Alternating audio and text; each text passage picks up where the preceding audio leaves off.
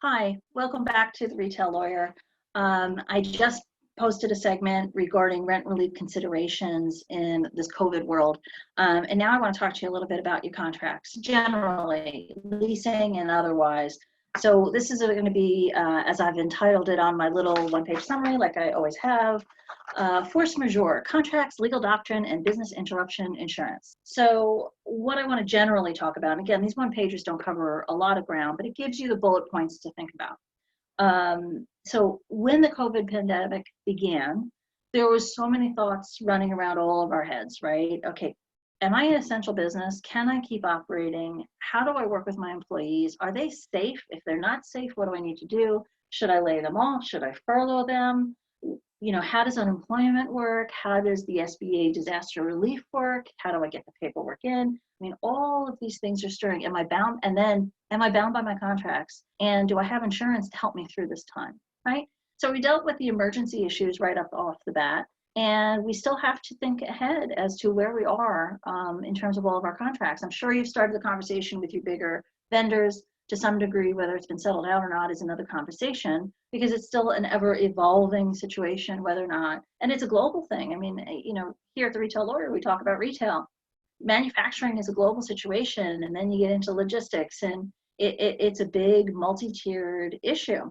So while we've dealt with a lot of the issues at hand, and we're going to have to do another segment soon about rehiring employees and what does that look like, but another time, let's get to some basics, right?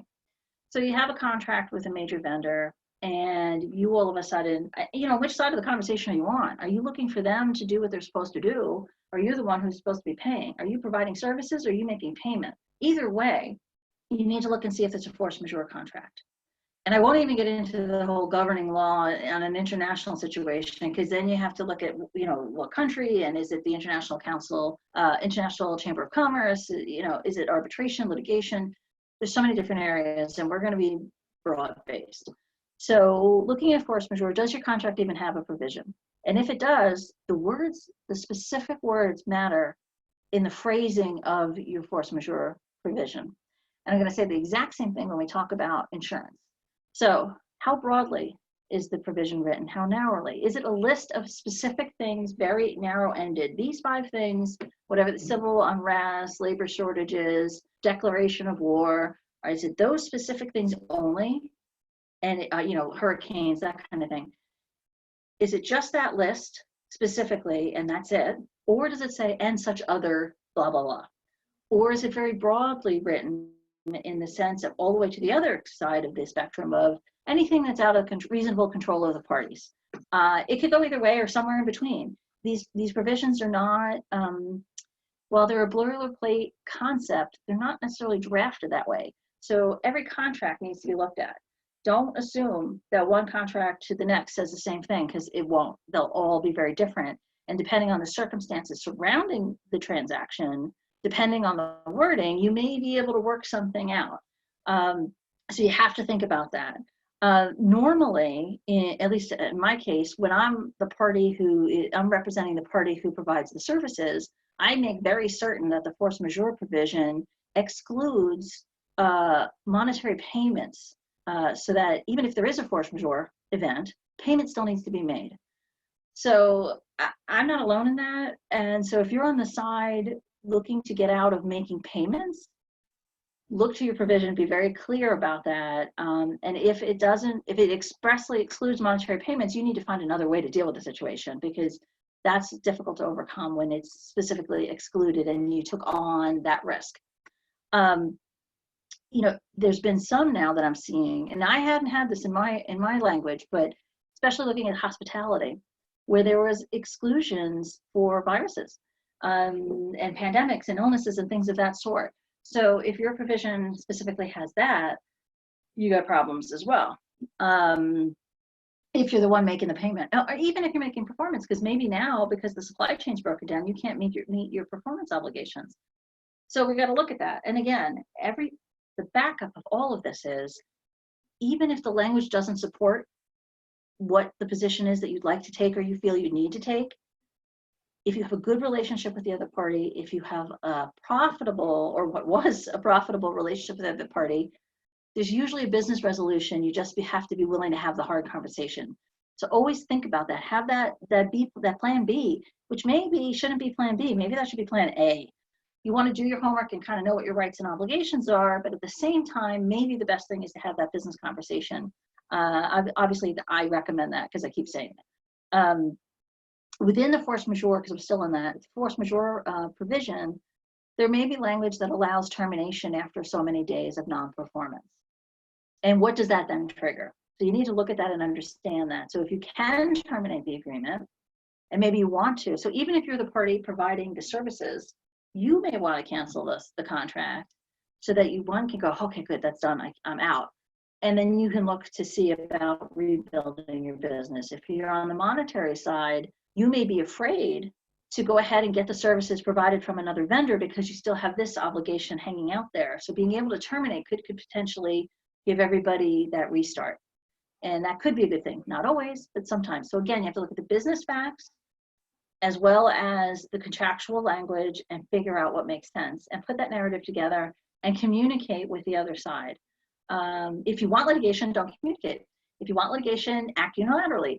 You know, I'm not a big proponent of litigation. I have found that to be a distraction to my clients, expensive to my clients, and not the way to operate. But different lawyers will give you different opinion. You put 6 of us in a room and you're going to get 18 opinions. So think about that and think about what makes the most sense to you and your business and your circumstances. That's the point of this. It's very case specific. I did not say at the beginning of this, and it is on the one-sheeter, but I want to say it again. This is general information only. This is not legal advice. So keep that in mind. If you need legal advice, contact your attorney. You can contact me if you'd like to use me as your attorney. But contact your attorney to really talk through your contracts, your facts, your set of facts to get the proper and appropriate customized legal advice that you need. We're just talking generally about what a force majeure provision is and how it can be read and considered. So moving on, not all contracts, as I mentioned, have force majeure, or the force majeure provision, as I'm stating here, doesn't work in your favor. So many states have legal doctrines, and it's called something different in different places, and the interpretation is slightly different state by state. So I'm going to speak very generally. I'm not going to give you state advice, but what you need to think about are these legal provisions called frustration of purpose, impossibility, impracticability. They're 3 very similar provisions. In some states, they mean the same thing. In others, they don't. So again, get your legal advice. But the point of these are that whether or not the party seeking to be excused had control over the event, the intervening event, the pandemic in this case, right? Which nobody had control over that. So we're okay there. Was it foreseeable? Now that's a question. Depends on the type of business you're in. Depends on how knowledgeable you are on world events. Depends on when you signed the contract.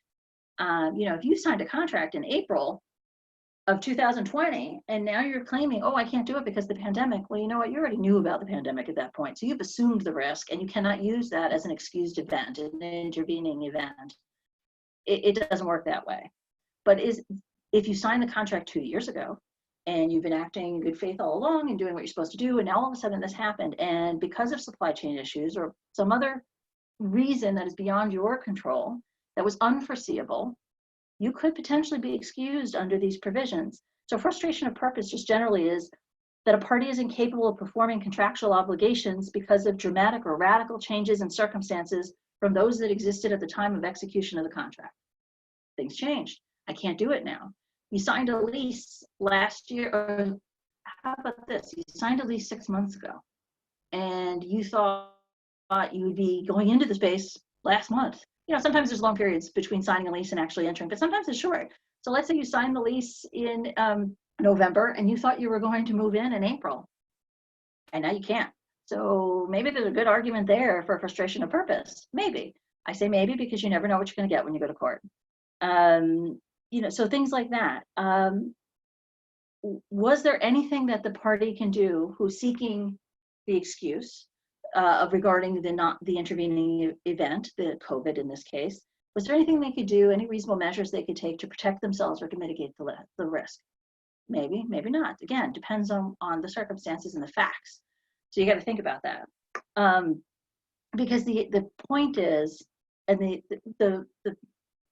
the bottom line, the name tag, the flash tag here should be, is the performance truly impossible, or is it just inconvenient or more expensive? So if it was going to cost you $10 to make a widget, and now because of all the different issues and people having to work overtime, or you got to pay specialty prices, whatever, it's going to cost you $30, that may or may not excuse you. It may, but it may not. So you have to think about those things. It's not truly impossible, is it? It's just more expensive. And if you didn't build in protections and you didn't have insurance to protect you from fluctuations in your raw materials or your labor costs, et cetera, is that really the fault or the problem of the other party? That's really what the courts are going to look at with the ideas behind frustration of purpose, impossibility, and impracticability. Now, keep in mind also, these provisions in the past anyway have been very narrowly construed, very, very difficult to meet the standards and actually get yourself excused. It could happen, and it has happened, but not an easy thing to do. So don't assume because these doctrines exist that they're going to help you out. Again, talk to your lawyer, get a litigator, talk to them about it. I'm not a litigator, obviously. The way I speak about litigation, you can tell I'm not. But these are things you have to educate yourself a little bit. So I'm giving you the buzzwords, I'm giving you the ideas, the things that you need to think about so that you can get the legal advice, the customized legal advice that you need and deserve. So as you can see, based on the circumstances, the contract language, the performance, the type of performance, the costs, all of these things, very, very specific case-by-case analysis must occur. Cannot give you global advice, but I can give you the questions and the things to consider, and that's what we're talking about with this for the contracts. And that includes your leases, which I did a segment just before on leases. Same idea. Really think about the lease language. Words matter, and versus or makes a difference. Whether it is reasonable or there's no, or absolute sole discretion makes a difference. If it is foreseeable events with a very specific list and there's no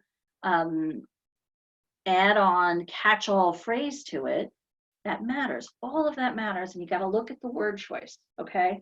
But now I want to talk to you a little bit about business interruption insurance, because that's part of the equation here too, right? If you've got insurance because certain things weren't met, maybe those monies can be paid for these issues. Maybe there's money there to pay your employees. Maybe there's money there to pay your vendors, or maybe not.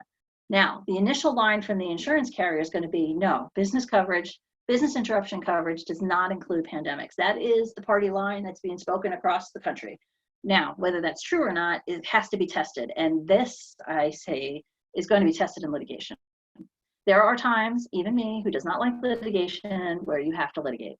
And unfortunately, there's so much at stake here. And I don't believe that the usual claim and appeal process is going to be successful. I could be wrong, but I don't think that's going to happen. You still have to follow the process. So file your claim for damage, for your business interruption coverage.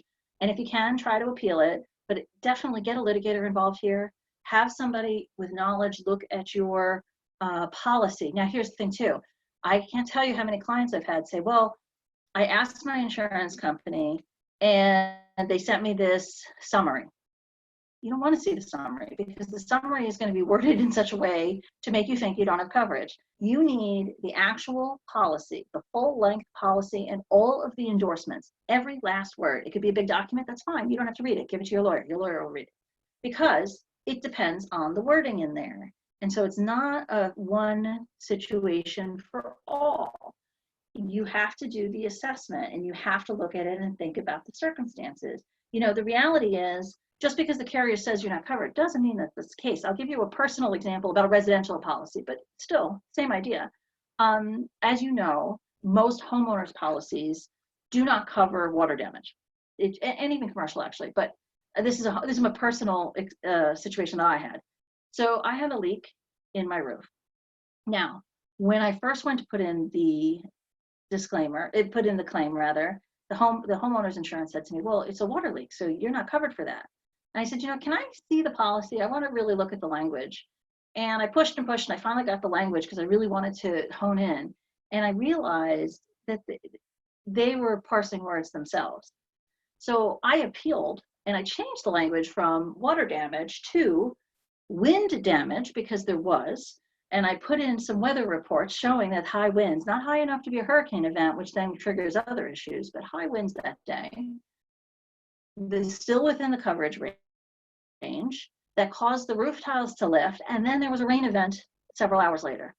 I put in the weather reports to show that that was the case from one of the online stations.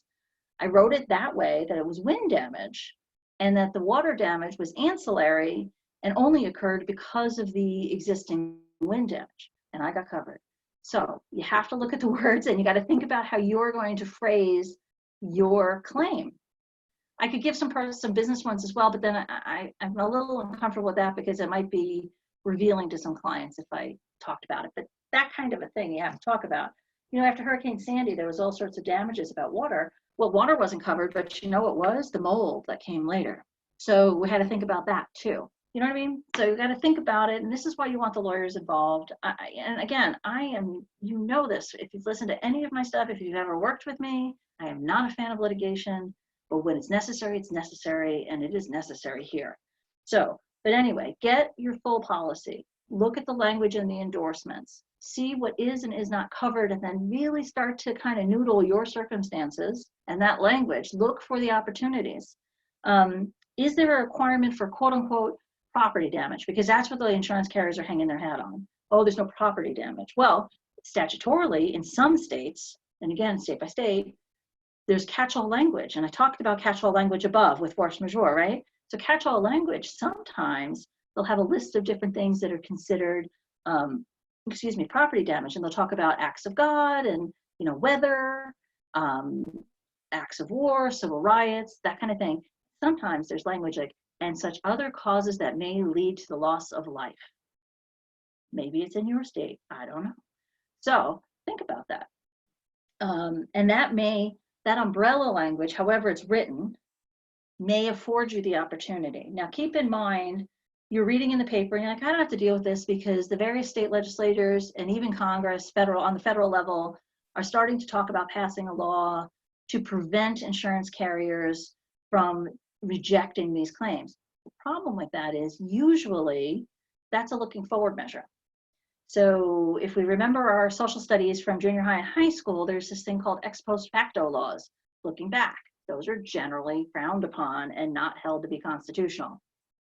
So we have to think about how do we get things to change now and impact the claims that are being made today or need to be made today.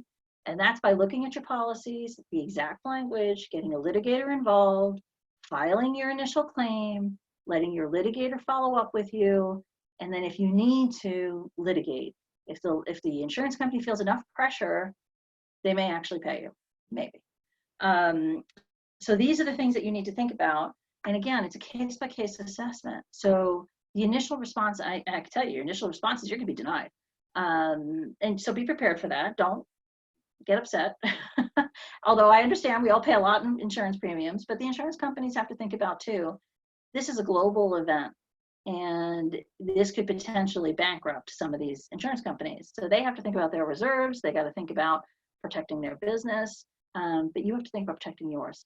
So do what you need to do. And so on the one hand, with your contracts, I highly recommend a negotiated business resolution. And on the other hand, with your insurance, I recommend you find an attorney, a litigator who specializes maybe in class action, but at least in insurance matters, that they have experience in this background, so that you're protected. So there's not always the right one way for all things. Find what works best for you. And I wish you the best of luck in getting your protection and keeping your business afloat. And until next time.